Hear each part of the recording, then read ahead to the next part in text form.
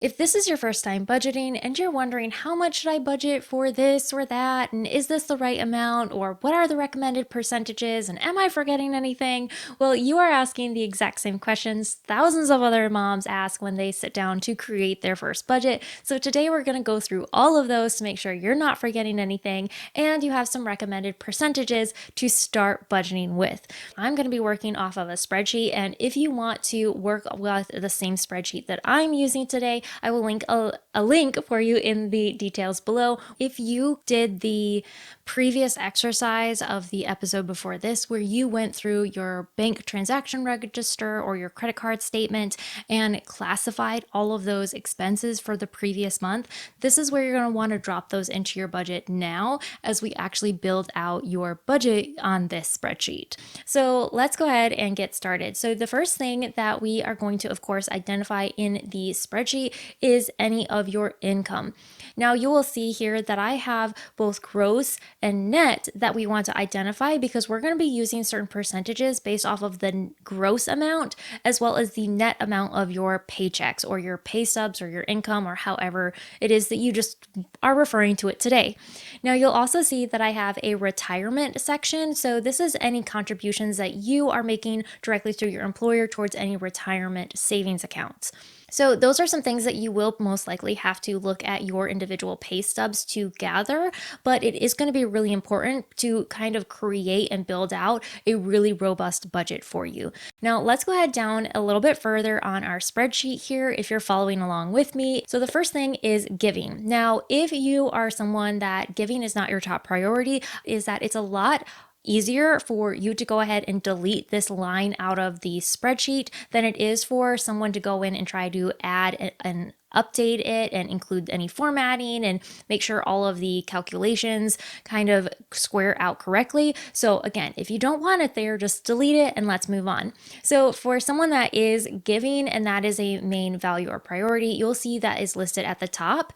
Now in my budget spreadsheet, I don't have a recommended range. I do feel like that is specific to your unique values, but for any giving that you do enter, it will show you how much percentage of your budget you are giving in this category, just like it will in every single category. Now, some things that we have underneath what I consider to be savings are any emergency savings that you're doing when you first start out and create a budget. You may not have anything in the bank. You're just living paycheck to paycheck. So we want to create an emergency savings for you. Any current savings goal that you are working on. So some people that are more advanced in their budgeting system may be doing some of these things simultaneously, which is why I have them all listed here. Now that may not apply to wherever you are currently. So if you're not using a category, just skip it. Any retirement income that you are putting towards your retirement specifically, like here in the US, might be a Roth IRA, it might be a regular traditional IRA. If you are with a really small employer, it might be a SEP or simple plan, whatever type of retirement contributions that you are making, as well as any college funding that you may be doing for any of your children or dependents. I classify all of that under savings. Now, when it comes to retirement, ideally you're putting that 10 to 15% into a retirement account. So if you are doing some of these other savings simultaneously, it may greatly increase that number. But when it comes to your retirement income, ideally what we want is that your retirement is 10 to 15% of your gross, because when you go to retire, you're trying to actually replace your gross income, not necessarily your net income, because your net income is what you get after you're paying your taxes, as well as possibly any additional contributions that you're making alongside your employer, like for some of your insurances or some of your extra benefits. And so it's not a really true picture of what your income is, which is why when we do retirement savings, I really recommend that you try to put that 10 to 15%. Ideally, if you can do more, that's great. Put that off of your gross income instead of your net. That way it will help encourage you to contribute more towards your retirement savings. Now, if you're making any retirement contributions through your employer, that's why at the very beginning, we're also grabbing any retirement contributions from our actual paycheck, because it will offset and decrease that 15%, right? We want to gather, when we look at that 15% threshold, we're looking at what we're contributing through our employer plus what we're contributing outside of our employer. And for some of us, maybe all of that contribution is going directly through our employer, through our paychecks. So if that's occurring, great, then you won't really see or have a need for that in your actual, line by line budget. All right, let's move down into debt. So debt is next. And the reason why I have debt next after savings is because we want to get in that habit of paying ourselves first. And then with any of our debt, especially if you have a lot of it, then it should be a really main focus or goal to pay down your debt and get rid of it as quickly as possible. Now, in some lines of thinking, there's some strategies of like, okay, well, let's keep our debt for a certain amount of time, right? Like depending on, where you are in your life, you might want to build up a certain good savings before you start tackling debt, hence why savings is first. But with our debt, if you don't pay off your debt, then sometimes you end up being in a much worse financial situation. So in the debt category, I have the main debt items being credit cards, student loans, and if you are making any extra mortgage payments, like some people have like an extra loan on their house. So I consider that as extra debt.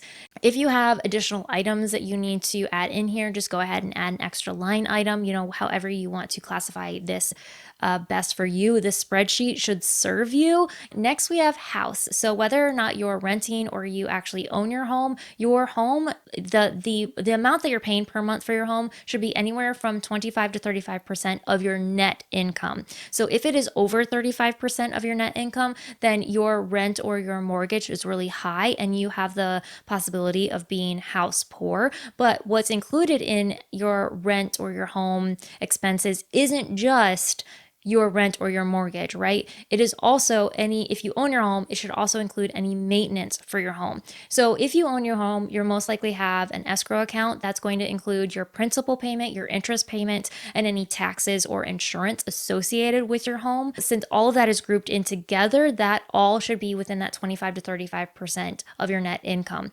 And then we're also going to tack on any additional maintenance of your home, right? If you own your home, you know that there are additional expenses that pop up.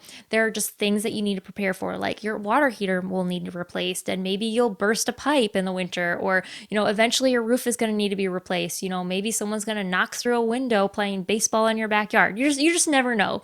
So we want to prepare for some of those expenses, and the recommendation for maintenance on your home is anywhere from 1 to 5% of your home's value. And so depending on what your income threshold is, maybe you can only afford to do 1%. Or maybe, you have extra expendable income and you want to add more on. Now, this is outside of improvement projects. So if you're going to do a renovation or something like that, that is separate from maintenance. Maintenance is simply a sinking fund that we were basically setting up as part of our budget.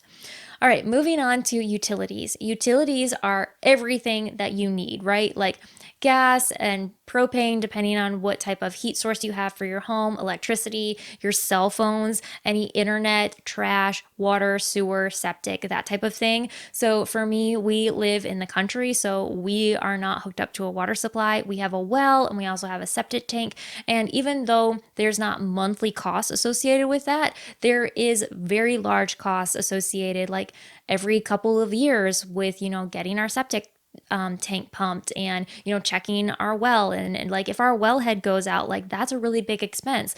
So even if you don't have month-to-month expenses for some of these utilities, use these to set up sinking funds in your budget so that way you can classify and you're preparing for those expenses in the year to come. Now for utilities should be anywhere from 5 to 10% of your net income, so kind of keep that in mind. And it will also give you a good idea going into the winter months as well, when sometimes utilities do tend to be higher. You will have a good idea of like, okay, if this is above threshold, then are there certain things in your home that you maybe need to look at doing a maintenance for because your home is not super energy efficient or something of that nature. Now, these percentages as well are going to be very dependent on what your income limit or income bracket is. And so depending on, if you have very limited income, some of these categories are going to be, really tight or really large percentages in what relation to what is the recommended range. So keep that in mind too, that even though these are recommended ranges, that may not be actually realistic for your income threshold and all of the expenses that you have. But I do feel like this is a much better picture of looking at recommended amounts than the 50-30-20 plan, because sometimes, especially depending on income, there may be much larger percentages that are used for actual like living expenses that you just can't get rid of, because that's just the reality of how your life is, and there is no way to decrease that cost. So let's go ahead and move on to food. So in the food category, it should be anywhere from 5 to 15% of your net income. And in this category, I'm only talking about groceries, okay? Things that you are buying to prep at home to eat, all right? I'm not talking about restaurants. I'm not talking about takeout. I'm not talking about, like food deliveries, anything like that. This is simply just groceries. And I do have two separate categories in here, like regular groceries, as well as if you're doing any grocery big restocks for your pantry or, something like that. I'm sure all of us moms can relate. So another good ballpark range for your family is to plan to have each individual person is going to, like, the good budgeting amount is like $100 per head in your household. And it doesn't really necessarily matter how old it is. Like if you have a baby that's doesn't eat anything or is using formula, like that formula expense is still part of food, and formula can be really expensive. So we're including that child in the food category, even though they're not eating any solids, right? If you are nursing, okay, mama's going to be eating a lot more because she's making a lot more for her baby, right? So we're still including that child in that $100 per head baseline classification. Now, for my family, there are 4 of us. So our baseline budget for food typically is going to be around $400. Now, you may hear that and you may be thinking about how many people you have in your family, and you're just like, there is no way that I could possibly spend only $100 per head per person in my household. And that's going to be very dependent on you, right? These are baseline averages for you to say, okay, what is recommended range? Are the typical amounts that other families are spending, right? So you might have some very specific food allergies or, other dietary needs that's going to inflate your food budget. But it also might give you an opportunity to look at your budget and say, wow, we're spending double that for our household. Maybe we need to reevaluate what it is we're purchasing. Now, if food is something that you value and is a priority, and you're also able to cover all of your other expenses and meet all of your other needs and, make some really good financial decisions both for now and the future, then yeah, maybe that's where your extra expenditure money goes, is into groceries, and where someone else would be spending it on something else. You know what I mean? So this is just an opportunity to give us more information to be able to make better informed decisions. All right. So don't come at me in the comments and say $100 per person is unrealistic, right? Like it might be unrealistic for you. Like that's okay. We're using this again as a guide, not as you absolutely have to do. All right, so going to transportation. So transportation should be anywhere from 10 to 15% of your net income. And of course, we're including any vehicle gas, registration, taxes, or licenses. This could also include like your driver's license renewal as well. Vehicle maintenance and repairs. And typically you're going to want to plan for at least $75 per vehicle that you have per month. That's the recommended amount for just maintenance. Now, if you have, a clunker car or a clunker vehicle, you might be spending way more than that because of the needs of your vehicle. And then we're also including vehicle replacement in this category as well. Now, you could go ahead and say, well, this is going to be a savings goal of mine, that we're going to try and buy a new car in, the next couple of years. So you might want it in one of the savings categories, right? So use this budget spreadsheet, modify it however you want. It's here for you. And I would love to hear your suggestions down below. If there's something glaring that a lot of people are like, yeah, this would be really helpful to have, then we can make modifications from there. And that also might be a great point for me to also mention that if you're working through this and you have questions, I actually have a monthly office hours available for moms to meet up with me, ask questions, pop in, stay as long as you want. It is only an hour, but if you're interested in connecting with us there, then I'll leave the link down in the details for you. Okay, so childcare. So childcare is a really big major expense for a lot of parents. Like it can usually, be as large as their rent or their mortgage sometimes. But childcare to be considered affordable is anywhere from 7 to 10% of your income. And again, you might be thinking that is unrealistic for what I'm paying for my child. Okay. So, whatever your amount is, go ahead and, put that into your budget. But keep in mind too that what you're spending on childcare is a reflection of what you value, right?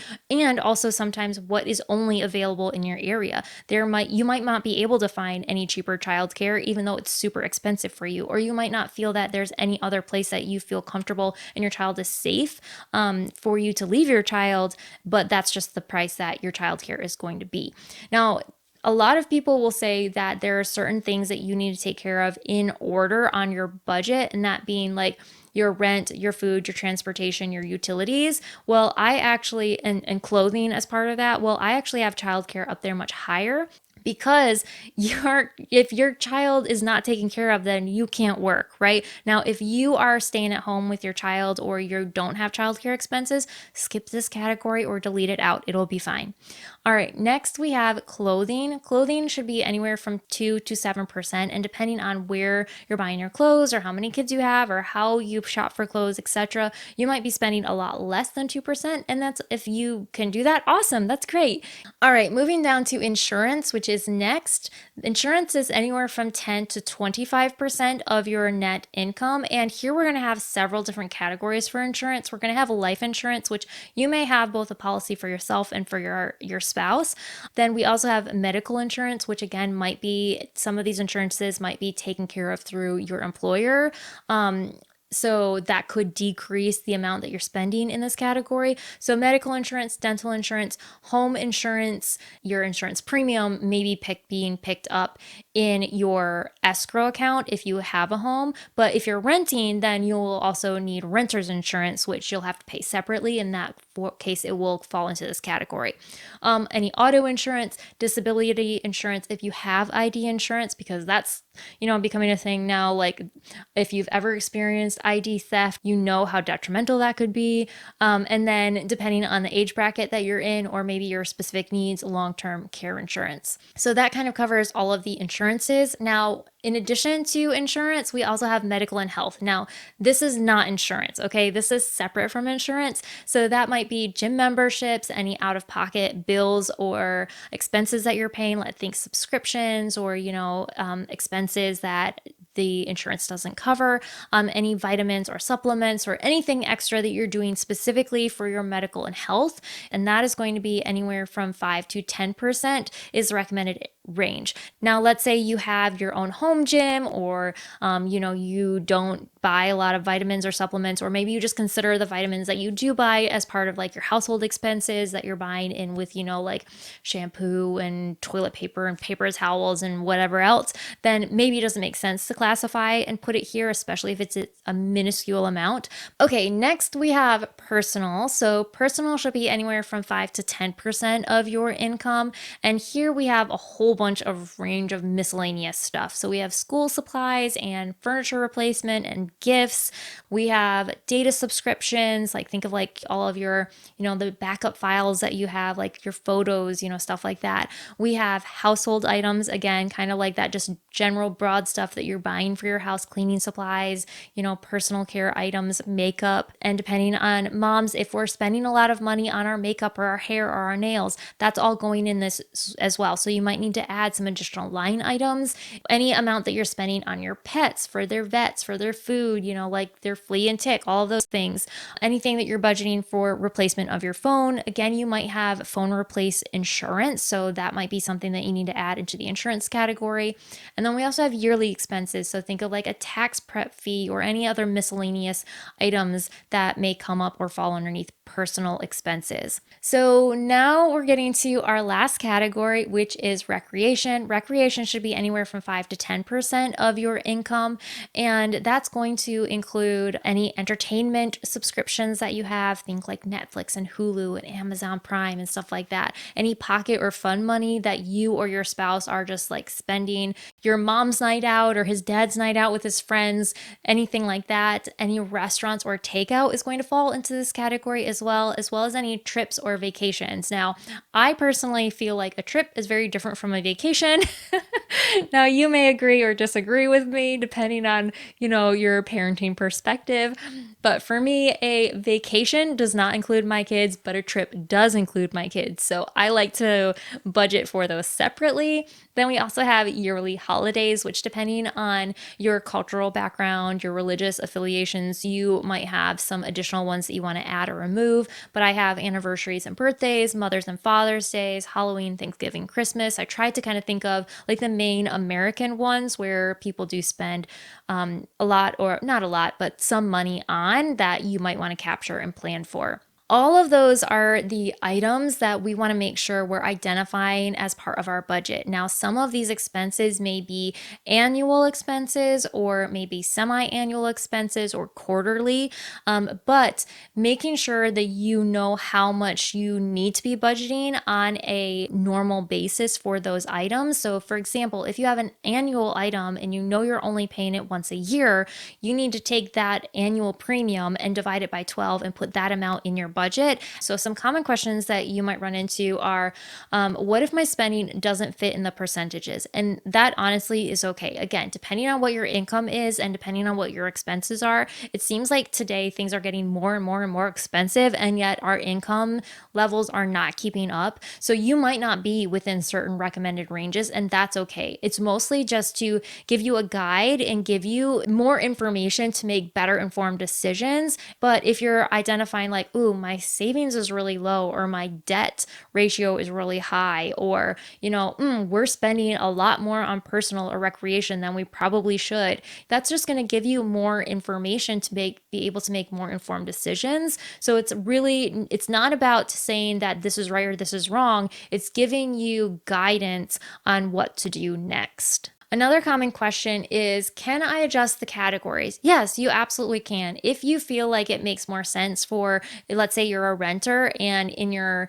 housing rent category, that should be, 25 to 35%, and you don't have any, maintenance because you're renting, then maybe it does make sense for you to pull that renter's insurance up in there with that housing category that's still at 25 to 35%. Great. You've just, gave yourself more room in your budget and somewhere else. Maybe you have a really high medical premium because you have prior medical conditions, so your insurance is much higher, whatever that may be. Like, this is, again, it's more so giving you information for you to evaluate, what's going to make sense for you. If it doesn't meet your needs, then modify it to meet your needs. All right, another question is, what about irregular income? So with irregular income, this might be a better question for a completely separate episode because we do have to handle irregular income a little bit differently. If you have additional questions about irregular income, then go ahead and use the link below to submit them, and I'll kind of prep them and gather them all for that upcoming episode. But I think now it is your turn. So let me know your thoughts. We can continue this conversation in the comments.